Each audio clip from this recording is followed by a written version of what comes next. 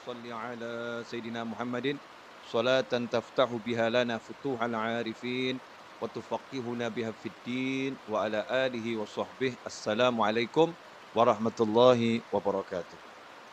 Sahabatku, saudara-saudaraku, kaum muslimin dan muslimat dimanapun antum berada, alhamdulillah kita bisa bertatap muka dalam keadaan sehat walafiat. Mudah-mudahan kesehatan lahiriah ini juga ditopang kesehatan batiniah, sehingga kita betul-betul sehat dalam arti yang sebenarnya di dunia sampai nanti ke jannah. Amin, Allahumma amin. Nah, menjadi manusia yang tenang.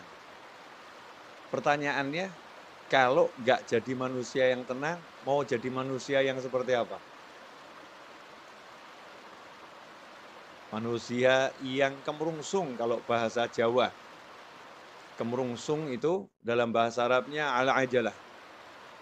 Al-ajalah itu bukan tergesa-gesa. Walaupun salah satu arti al-ajalah adalah ketergesa-gesaan.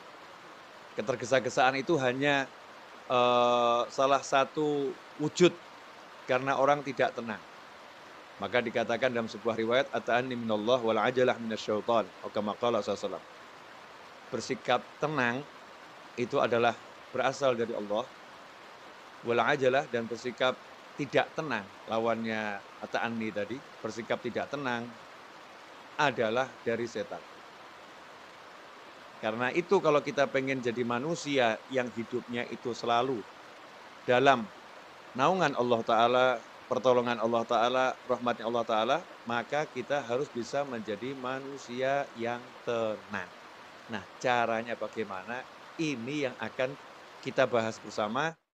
Insya Allah, doakan saya dikasih ilmu yang manfaat, sehingga antum bisa mendengarkan, dapat ilmu yang manfaat, dan manfaatnya berkelanjutan sampai ke jannah. Amin, Allahumma amin.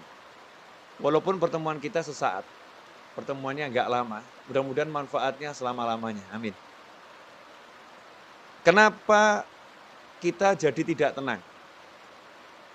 Jawabannya adalah karena kita merasa terancam. Terancam jabatannya, jadi nggak tenang. Terancam batas waktu pengerjaan tugasnya, jadi nggak tenang. Terancam batas waktu membayar hutang. Sudah tiba waktunya, duitnya belum ada, jadi nggak tenang. Ya, semua keterancaman itu membuat kita jadi nggak tenang. Kenapa kita jadi nggak tenang ketika terancam? Karena kita bergantung pada sandaran yang tidak boleh dijadikan sandaran. Jadi kita menggantungkan harapan kepada sandaran-sandaran yang tidak boleh dijadikan sandaran. Di mana Allah telah mewahyukan di dalam surat Al-Ikhlas, Qul huwallahu ahad, Allahus samad. Katakanlah, hanya Allah yang Maha Esa. Kalau bahasa lugasnya, yang ada itu cuma Allah, yang lain nggak ada. Yang ada cuma Allah, yang lain nggak ada. Bosmu yang nggak ada, kemudian partnermu yang nggak ada, tabunganmu nggak ada, kepandaianmu nggak ada, semua nggak ada. Yang ada itu cuma Allah Ta'ala. Yang berlangsung itu ya hanya keputusannya Allah Ta'ala. Yang berkuasa ya hanya Allah Ta'ala. Yang bisa mengizinkan sesuatu terjadi hanya Allah Ta'ala. Yang bisa mencegah sesuatu agar tidak terjadi hanya Allah Subhanahu wa Ta'ala. Nggak ada yang lain. Qul huwallahu ahad. Katakan, hanya Allah yang ada, cuma Allah. Nah, kalau sudah yang ada cuma Allah, Allahus samad. Allah adalah harapan, sandaran, Tuhan yang menjadi tempat bergantungnya segala sesuatu. Hanya Allah, nggak ada yang lain. Kalau udah begitu, kemudian kita jadi tercerahkan. Oh, yang bisa nolong hanya Allah. Yang bisa bantu hanya Allah. Yang bisa menyelesaikan masalah kita hanya Allah. Yang bisa ngasih kita rezeki hanya Allah. Yang bisa hanya Allah. Yang mampu membuat jadi tidak bisa hanya Allah. Yang bisa mencegah hanya Allah, nggak ada yang lain. Disitulah kemudian kita menjadi tenang. Kenapa? Karena urusan sama Allah itu semua serba mudah. Nggak ada urusan sama Allah ruwet. Nggak ada susah. Semua serba mudah. Simple. Mau ketemu paling mudah ketemu Allah. Mau ketemu Habib Novel, susah. Ya mesti atur jadwal harinya, udah harinya datang ke Solo, tiba-tiba Habibnya lagi ngaji online, nggak bisa nemuin tamunya. Ditunggu selesai ngaji online, tamunya ketiduran, Habibnya pergi ke mall, misal gitu kan ya. Wah tadi udah keluar Habibnya ke mall, susah nih mau nemuin Habib Novel. Muncullah kalimat, Habib Novel susah ditemuin. Tapi sejak kapan ada kalimat Allah susah ditemuin? Nggak ada. Nggak ada. Ngomong sama orang yang paling kita cintai, suami atau istri. Masya Allah, untuk didengar itu susah. Udah ngomong sama suami berkali-kali, nggak pernah didengar. Udah ngomong sama istri ribuan kali, nggak pernah didengar. Tapi kalau ngomong sama Allah, nggak ada kata nggak didengar. Wa huwas sami'ul alim. Ya Allah maha mendengar, maha mengetahui. Allah mendengar. Iblis ngomong aja didengar sama Allah Ta'ala. Apalagi kita. Ya iblis tuh ngomong sama Allah didengar. Allah kalau udah maha mendengar itu nggak pilah-pilah. Yang ngomong itu wujudnya seperti apapun, wujudnya iblis, wujudnya setan, wujudnya siapapun didengar sama Allah Ta'ala. Nggak dipilah-pilah. Allah maha mendengar. Jadi kalau hubungan sama Allah serba mudah. Diperhatikan nggak sama Allah? Allah maha melihat. Kira-kira Allah tahu perasaan saya nggak? Allah Al-Khabir. Ya, sampai hal yang paling detil pun dari diri kita, Allah maha mengerti. Kira-kira Allah nanti berempati enggak sama saya ya? Huwar Rahmanur Rahim. Dia maha pengasih lagi maha penyayang. Lah yang enggak iman aja disayangin, apalagi yang iman. Huwar Rahmanur Rahim. Ya, dia Allah maha pengasih lagi maha penyayang.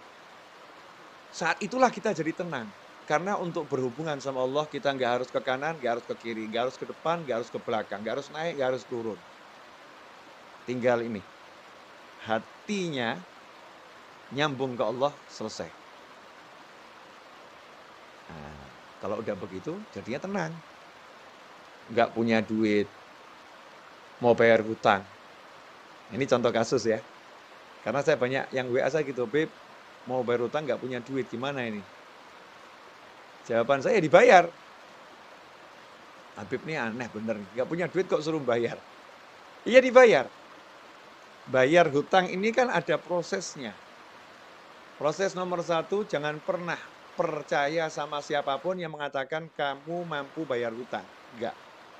Katakanlah kepada siapapun, saya tidak mampu membayar hutang saya. Yang mampu bayar hutang saya hanya Allah Ta'ala, tapi saya akan bayar hutang saya. Tugas saya adalah berniat membayar hutang. Yang nanti membuat saya mampu bayar hanya Allah, nggak ada yang lain. Jangan pernah percaya tabunganmu mampu untuk bayar hutangmu. Wah itu nanti langsung diuji. Tabungannya tiba-tiba habis, anaknya sakit, habis tabungannya. Selesai, naudzubillah min dzalik. Jangan sombong, wah saya punya tabungan banyak, saya punya aset banyak. Sombong amat kamu. Nah Tuhanmu, asetmu, tabunganmu. Sebentar dihancurkan sama Allah Ta'ala. Galaunya luar biasa. Jangan pernah mengandalkan siapapun dan apapun. Saya punya Allah, Allah akan lunaskan hutang saya. Saya berniat bayar hutang. Nomor 1 itu. Ya. Kemudian nomor 2 bagaimana? Minta. Jangan sombong. Yang penting usaha dulu. Salah. Yang penting minta dulu. Karena usaha itu diantaranya memohon pada Allah Ta'ala. Itu usaha. Bagaimana Rasul mengajarkan suasana sebagai utusannya Allah? Utusannya Allah loh ini. Berarti kan wakilnya Allah. Saya kirim utusan ke rumah Ustadz Fakhrul Razi, berarti wakil saya. Nah itu makna kesaksian bahwasanya baginda Muhammad SAW adalah Rasul, utusan. Rasul, utusannya Allah Ta'ala. Artinya semua yang dari Rasul nggak mungkin salah, karena semua yang dari Rasul dari Allah. Makanya kalau sampai mengatakan, ngapain memuliakan Rasulullah? Muliakan Allah, itu aneh. Memuliakan utusannya Allah, itu namanya memuliakan Allah Ta'ala. Kalau saya ngutus seorang ke rumahnya Ustadz Fakhrul Razi, kemudian Ustadz Fakhrul Razi dikasih tahu ini utusannya Habib Novel. Kemudian beliau mengatakan saya hormati Habib Novel. Kalau kamu tidak, saya marah. Kalau mau hormati saya, hormati utusan saya. Itu saya utus sudah saya pilih, kan begitu. Saya utus sudah saya pilih. Bukan sembarang orang yang saya utus. Sementara Allah katakan, Allah utus manusia yang terbaik sebagai penutup utusan di akhir zaman sampai kapanpun. Penutupnya adalah baginda Muhammad SAW. Utusannya Allah Ta'ala. Diberi utusan yang the best buat kita semua. Nah, bagaimana kita memperlakukan utusan Allah SAW? Kita menganggapnya manusia biasa, naudzubillah min dzalik. Kita harus menempatkan biasa sebagai penghubung kita pada Allah Ta'ala. Kalau saya mau dekat sama Allah, ya beliau ini penghubungnya.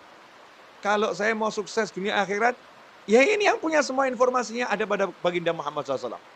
Karena Allah berbicara dengan kita semua lewat baginda Muhammad SAW yang membumikan ajarannya Allah Subhanahu Wa Taala kepada umat manusia. Nah, Rasul ternyata ngajarin mudah. Mau hutang mau lunas, siapa yang berhutang dengan niat untuk melunaskan hutangnya, maka Allah akan lunaskan hutangnya. Siapa berhutang dengan niat untuk tidak melunaskan hutangnya, maka Allah akan hancurkan hartanya. Kama qala sallallahu. Ngeri. Bukan cuman nggak lunas tuh, bahkan hancur hartanya. Bisnisnya akan remuk semua kalau niatnya nggak baik. Tapi kalau niatnya baik, mau melunaskan hutang, Allah akan melunaskan hutangnya. Nomor satu itu. Kemudian nomor dua, suruh baca doa. Banyak sekali doa dan amalan dari Nabi Muhammad SAW. Ada yang menjadi amalan dibaca tiap pagi. Ada yang dibaca tiap selesai sholat. Amalkan semua itu. Yang amalan pagi hari diamalkan untuk lunas hutang. Amalan selesai sholat diamalkan untuk lunas hutang. Ya, kemudian apa lagi? Melunaskan hutang orang lain. Maksudnya kalau kita punya piutang nih, ya kita jadi manusia yang juga baik sama orang-orang yang nggak bisa bayar. Ya, kamu saya lunaskan. Walaupun kita masih punya hutang banyak. Tapi ini orang-orang susah semua, nggak bisa bayar. Kita lunaskan. Nah, nanti kalau kita udah begitu, ini tahap level awal dasar udah kita jalankan, maka rahmat udah datang. Rahmati qaribum minal muhsinin. Rahmatku dekat dengan orang-orang yang suka berbuat kebajikan, orang-orang ihsan. Nah, tahap berikutnya mulai usaha. Ini tadi ya semua kan satu paket ya, jangan dipilah-pilah. Jangan dikasih jarak 2 tahun kemudian baru usaha, bukan loh ya. Bukan urutan waktu 2 tahun kemudian, 3 tahun, enggak. Segera langsung, usaha. Ini usaha saya untuk melunaskan hutang saya dengan izin Allah Ta'ala. Nanti Allah akan apa? Walladzina jahadu fina lanahdiyanahum subulana wa innallaha lama'al muhsinin. Janjinya Allah Ta'ala, walladzina jahadu fina, dan barang siapa sungguh-sungguh menempuh jalan kami, salah satunya ini, sungguh-sungguh menempuh jalannya Allah Ta'ala dalam melunaskan hutang. Itu kan ya, salah satu contoh. Walladzina jahadu fina lanahdiyanahum subulana. Maka kami akan tunjukkan, kami bimbing. Kalimatnya itu lanahdiyanahum, dengan lam taukid, nun taukid. Kami sungguh akan bimbing dia menempuh jalan kami. Enggak suruh jalan sendiri. Allah enggak cuma kasih jalan, ini jalannya terus jalan sendiri, enggak. Jadi kalau hidayah itu selalu dengan bimbingan, guide, al-hadi. Selalu membimbing, enggak ditinggalkan. Dibimbing untuk menempuh bukan satu jalan, jalan-jalannya Allah Ta'ala. Sehingga orang yang sudah menerapkan syariatnya Nabi Muhammad SAW tidak akan pernah kehilangan ide, tidak akan pernah kehabisan cara, tidak akan pernah kehabisan jalan, karena Allah bukan bimbing dia satu jalan, Allah akan bukakan miliaran jalan. Nih. Nah kalau begitu ya tenang saja. Lawang dikasih tahu sama Allah solusinya segitu banyak kok, masa nggak tenang? Nah yang ada sekarang gimana? Pusing, mata gelap, nggak ada solusi. Gimana ini? Mentok, taunya cuma satu jalan. Jalannya apa? Cari duit. Lupa sama yang ngasih duit, yaitu Allah Subhanahu wa Ta'ala. Nah ini tenang, ini kalau kita mau kembali pada Allah Subhanahu wa Ta'ala. Kalau kita nggak mau kembali sama Allah, nggak bakal tenang. Apapun yang kita andalkan akan buat kita susah. Apapun yang kita harapkan akan membuat kita menjadi galau, resah. Tapi kalau kita kembali pada Allah Ta'ala, bersandar sama Allah Ta'ala, maka selesai masalah. Contoh, ini contoh bersandar sama Allah.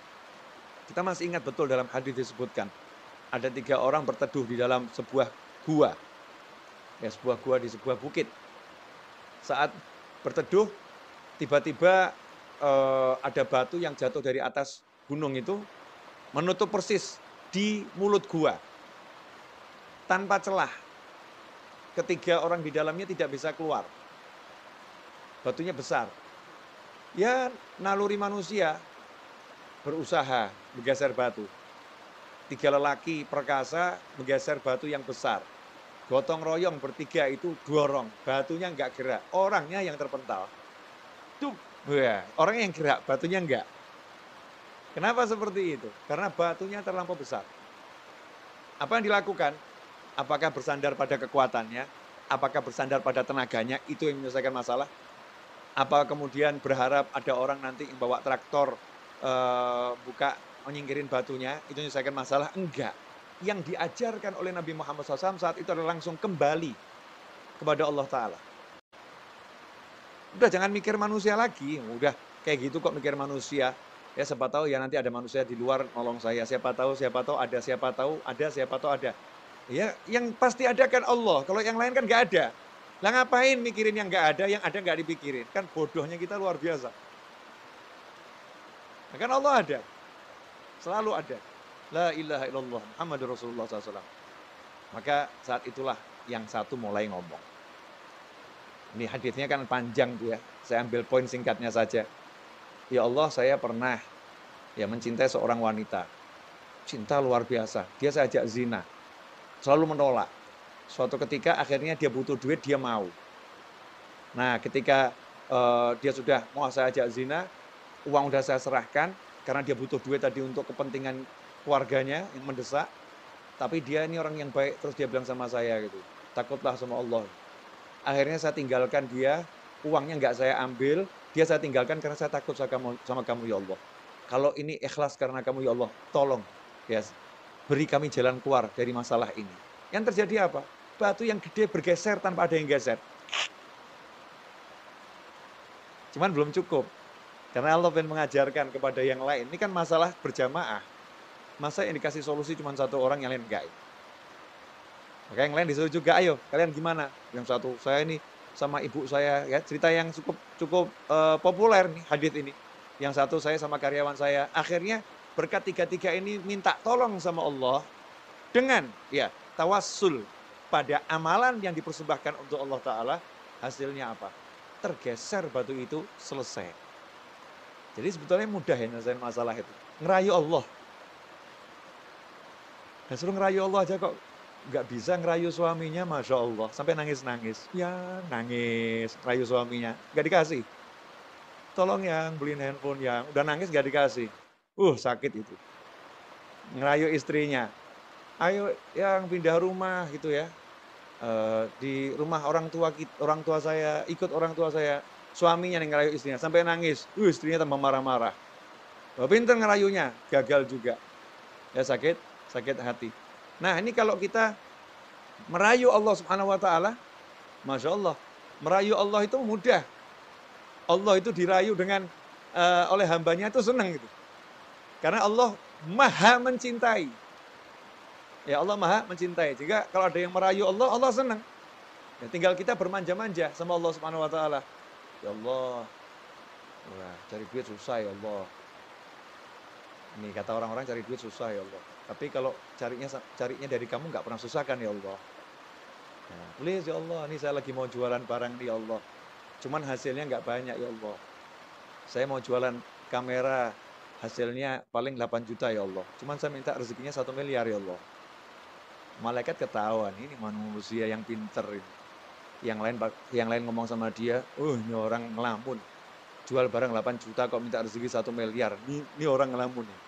Ini kata manusia yang ngelamun. Malaikat bilang, ini orang pinter. Karena dia mintanya sama Allah, bukan sama kamera yang mau dia jual. Dia mintanya sama Allah Subhanahu wa Ta'ala. Subhanallah. Tiba-tiba kameranya nggak laku, duitnya datang banyak. Dus. Ya, tiba-tiba. Nah, dari mana itu? Wa may yattaqillaha yaj'al lahu makhrajan wa yarzuqhu min haitsu la yahtasib. Siapa bertakwa kepada Allah. Jadi jangan terbiasa sama teori-teori yang diajarkan sama yang mengajarkan itu loh. Tapi terbiasalah dengan bukan teori, tetapi hukum pasti dari yang maha menciptakan kita semua. Yaitu Allah Subhanahu wa Ta'ala. Hukum pasti dari utusannya Allah Subhanahu wa Ta'ala, yaitu baginda Muhammad. Yang lainnya itu teori. Kalau Rasulullah SAW adalah hukum pasti. Kalau Allah hukum pasti. Teori banyak salahnya, perlu diuji. Tapi kalau hukum pasti, nggak mungkin salah. Karena itu wahyu ilahi dan sabda Nabi Muhammad SAW. Enak kan? Allah bilang nih sama kita semua. Ya, tapi yang diajak bicara yang iman loh ya. Kalau nggak percaya ya terserah, bukan mukmin. Mau kita ini mukmin semua kan? Nah, mukmin diajak bicara sama Allah. Kalau nggak iman ya ngapain saya ajak bicara? Ini yang diajak bicara yang beriman. Wa may yattaqillaha, kalau udah bicara iman jangan pakai akal. Ini akal ini suka membuat orang yang beriman jadi rusak imannya. Iman itu yang membedakan antara mukmin sama orang yang nggak mukmin. Yang nggak mukmin pakai akal saja. Tapi kalau yang mukmin nggak butuh akal dia. Aku percaya sama Allah kok. Nah, gimana? Ya urusannya Allah. Aku percaya sama Allah, selesai. Itu mukmin. Walaupun orang yang beriman akalnya dipakai untuk menambah keimanannya. Ya, untuk keimanannya, untuk menyampaikan kepada orang lain agar bisa menjadi beriman pula. Tetapi ketika dia beriman, dia nggak butuh akal. Dia cukup butuhkan hatinya yang meyakini Allah Subhanahu wa taala. Subhanallah. Wa may yattaqillaha. Allah yang bilang, dan barang siapa yang bertakwa kepada Allah. Takwa itu gampang kok. Saya bilang takwa itu susah. Walaupun kita kan takwanya masih ya begini begitu, tapi takwa itu gampang. Simple. Yang diperintah jalankan, yang dilarang tinggalkan. Selesai toh? Kayak gini loh, kayak gini. Wah, zaman sekarang ini mau ke mall aja susah nih. Mesti punya aplikasi Peduli Lindungi. Mesti harus sudah divaksin. Mau ke mall aja susah. Nggak susah kok ya. Ya jalankan saja peraturannya. Kalau kamu sudah vaksin, punya aplikasi Peduli Lindungi, kamu ke mall, mudah, nggak susah. Kan gitu. Nah, begitu pula dalam kehidupan kita dengan Allah Ta'ala, simple. Kamu laksanakan perintah Allah, kamu jauhi larangan Allah, Allah laksanakan janjinya kepadamu. Wa may yattaqillaha, apa yang didapatkan? Yaj'al lahu makhraja. Hal yang paling ruwet dalam hidup manusia itu kalau jalan buntu. Betul ya? Jalan buntu. Lamar anaknya orang, ditolak, jalan buntu. Pusing dia. Lamar kerjaan di kantor, jalan buntu, pusing dia. Ya, mau bayar hutang nggak ada duit, jalan buntu, pusing dia. Maka janjinya Allah Ta'ala buat yang percaya sama Allah, yang mau ikuti aturannya Allah Ta'ala, wa may yattaqillaha, siapa takwa sama Allah, apa yang Allah janjikan nomor satu? Yaj'al lahu makhraja. Don't worry. Jangan khawatir, ojo wedi. Jangan takut kamu. Ya, jangan takut. Kenapa? Yaj'al lahu makhraja. Dia Allah akan selalu. Oh, ini harus digaris bawah ini. Dia Allah akan selalu yaj'al lahu, memberikan kepada dia yang bertakwa pada Allah Ta'ala makhraja, jalan keluar. Batu nutupin segede apapun, orangnya bertakwa, Allah kasih jalan keluar. Kehidupan dunia sengeri apapun, orangnya bertakwa, Allah kasih jalan keluar. Makanya buat orang yang bertakwa, tenang. Yang lain heboh, ini gimana, ini bagaimana. Tenang dia. Nanti saya akan diberi solusi sama Allah. Nanti saya akan diberi solusi sama Allah. Yang lain nanya, lah solusinya bagaimana? Solusinya apa? Ya kan nanti Allah yang kasih. Ngapain saya pikir sekarang? Yang ngasih Allah kok saya yang mikir. Tuh, seperti Nabi Musa alaihissalam. Nabi Musa sama Bani Israel ketemu lautan yang luas. Umatnya bingung waktu itu. Gimana depan lautan, belakang Fir'aun ngejar. Nabi Musa santai. Ya. Kalla inna ma'ya rabbi sayahdin. Kalla. Sungguh nggak mungkin kita celaka. Inna ma'ya rabbi. Allah bersamaku. Sayahdin. Nanti dia Allah akan beri saya petunjuk. Nanti dia Allah akan beri saya petunjuk. Hasilnya apa? Dikasih sama Allah solusi. Jalan keluar. Jalan keluarnya bagaimana prosesnya? Simple. Nggak ribet. Nggak cari pasukan. Nggak cari relawan, nggak cari tambahan manusia untuk bantu perjuangan, nggak cari A sampai Z, ya memakai yang sudah ada di tangan, yang ada di tangan Nabi Musa AS, nggak jauh-jauh loh. Ya udah tongkatmu pukulkan ke laut. Solusi yang nggak masuk akal manusia. Duk, laut terbelah, Nabi Musa dan pengikutnya selamat, Fir'aun tenggelam dan binasa. Diabadikan sampai akhir zaman dan sepanjang masa. Selesai masalah. Ya ja'allahu makhraja. Selalu diberi solusi oleh Allah Ta'ala. Selalu diberi jalan keluar oleh Allah Ta'ala. Gak cukup itu. Plus, wa yarzuqhu min haitsu la yahtasib. Dan Allah akan selalu beri dia rezeki yang gak pernah bisa diperhitungkan oleh dia ataupun yang lain. La yahtasib. Jadi orang yang dekat sama orang bertakwa ini kalau kalkulasi rezekinya pasti pusing. Udahlah, tidak mungkin ketemu. Mau pakai jurus model apapun. Kok bisa ya? Kok bisa? Nanti kok bisa ya? Karena Allah suka ngasih surprise sama hambanya yang bertakwa. Surprise. Surprise. Allah ngasih kejutan. Dan ini, nih. Sampai kita bingung, bertubi-tubi dikasih rezeki sama Allah Ta'ala. Min haitsu la yahtasib. Dari arah yang gak pernah bisa dia perkirakan. Dia sehebat apapun punya ilmu, apa tuh Mas Eto, kalau untuk memprediksi namanya apa itu? Kita kalau misalnya punya data, apa itu, nah istilahnya itu. Seperti Google tuh punya, kalau Google bisa bagus itu karena punya, bukan AIM itu. Namanya, ilmunya kalau di matematika itu. Saya sudah nggak sekolah soalnya. Apa nih, Mas Seto? Atau ini siapa pemirsa yang tahu nih? Ya, coba ditulis di chat. Apa namanya itu? Statistik. Ya, ketemu. Nanya sama kalian nggak dijawab, udah nanya sama langit. Statistik. Ilmu statistik.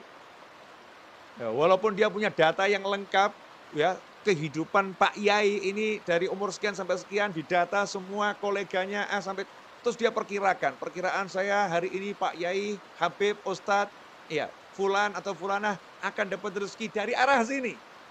Allah akan kasih arah yang lain. Yang ngasih aku bukan statistikmu. Aku udah bilang, ya ja'allahu makhraja wa yarzuqhu min haitsu la yahtasib. Udah la yahtasib, udah jangan kamu hitung, jangan kamu pikir, jangan kamu cari-cari, nggak bisa. La yahtasib, Allah udah bilang nggak pernah bisa diduga rezekinya orang yang bertakwa. Nggak bisa, itu Allah menunjukkan kemampuannya memberi rezeki. Allah menunjukkan kemahakuasaannya dalam beri rezeki. Allah menunjukkan otoritasnya kepada manusia. Kamu nggak bisa, hanya aku yang bisa. Asyik. Min haitsu la yahtasib. Jadi tenang, orang bertakwa itu nggak pernah mikirin rezekinya hari ini atau besok. Tugasnya apa? Jalankan perintah, tinggalkan larangan.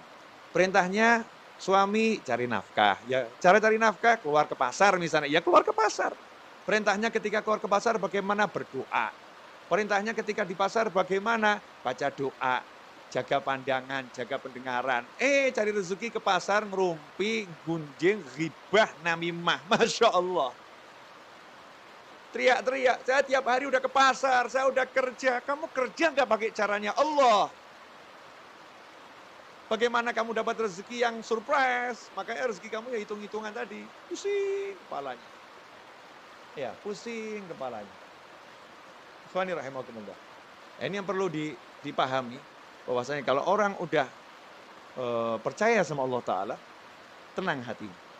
Dia nggak akan pilih cara-cara yang lain. Mau pakar A sampai Z yang nggak ngurus, yang dia urus caranya Allah, cara Rasulullah SAW. Nah, nanti termasuk caranya Rasulullah, itu caranya ulama.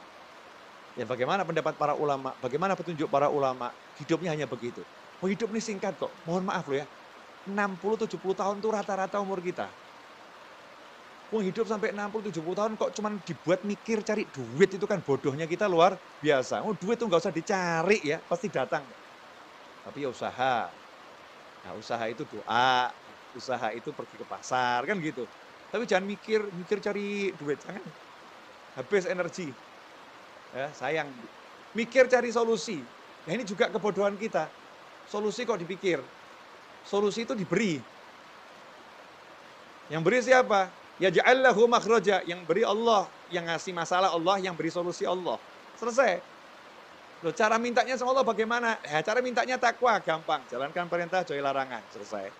Ini sekarang sukanya yang aneh-aneh, suka hidup ruwet, mumet, pusing, ya, pakai cara-cara yang nggak bener, cara yang nggak beres, cara yang bener, yang beres nggak dijalankan, yang nggak beres apa namanya, dijalankan, yang beres nggak dijalankan. Ini menyebabkan kita hidup dalam ketidaktenangan. Maka untuk menjadi manusia yang tenang, kita harus betul-betul qul huwallahu ahad, Allahus somad.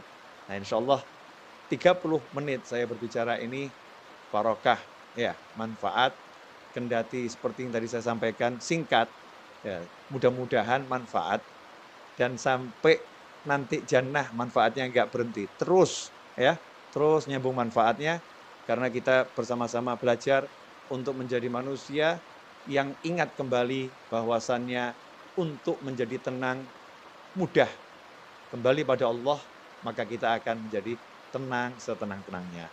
Jazakumullah khairan Ustaz Fakhr Razi atas waktunya, atas kesempatannya.